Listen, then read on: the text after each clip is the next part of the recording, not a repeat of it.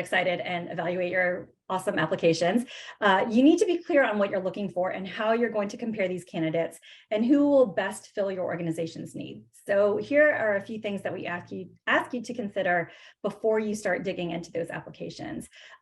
First, what materials are you going to require? This is going to be a part of your position description, but I figure this is a better place to talk about it.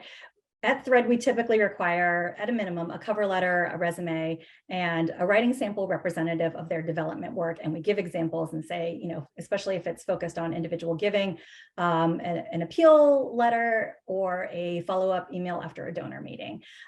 So the importance of all of we consider these to be a really great package because they'll present a fuller picture of who the candidate is, certainly their writing style as it relates to development. We really like to see, although I feel like it's become more and more rare, a really compelling cover letter that has a mission connection, tailored to the organization at a minimum, your job title and the name of your organization. And just making sure that all of that is complete.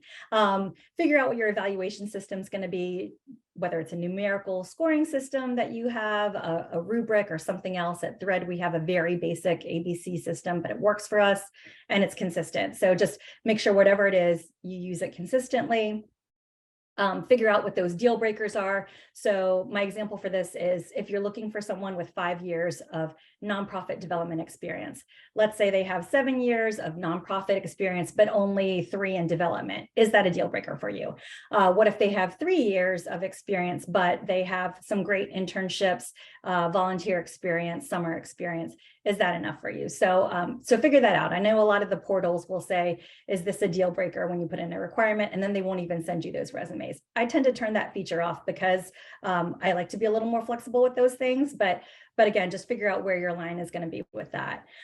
Next, this is my personal favorite, which is reading between the lines of a resume, because again, I lived it. So maybe a candidate lacks the direct experience, but they have applicable skills that aren't necessarily shining through with just their job title and the place that they worked. So for example, if it's a more junior level position and they don't have development experience, but they have sales experience, or they have programmatic experience, they've worked for a nonprofit, but not in development, or communications, or even collegiate activity experience, make sure that you're really looking critically and not being a resume, kind of screener, and thinking about what are these skills that could be applicable to the position that we're looking for.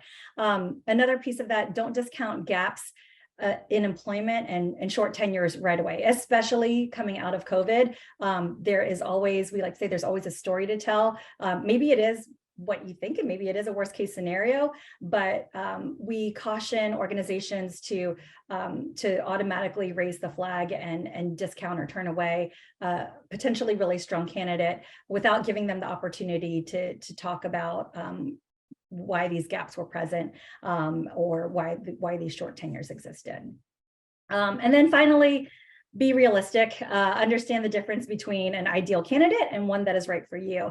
So, you may want to hire or only have the budget to hire a manager or coordinator at a manager or coordinator level, and your ideal is to allow someone to grow into a leadership role at your organization, and that's great. But is your organization structured such that the ED or the development director is equipped, has the capacity, has the time to be a mentor or coach for this entry level or mid-level staff? If take a critical look at yourselves. If you know that you're not going to have that time and capacity, you're doing yourself, your organization, and this potential new hire a disservice. So if you know you don't have that, then make sure that you are saying that they do need to be self-directed, and you understand that you don't have the time to be able to do the coaching up and the helping them adapt to the organization and the position accordingly.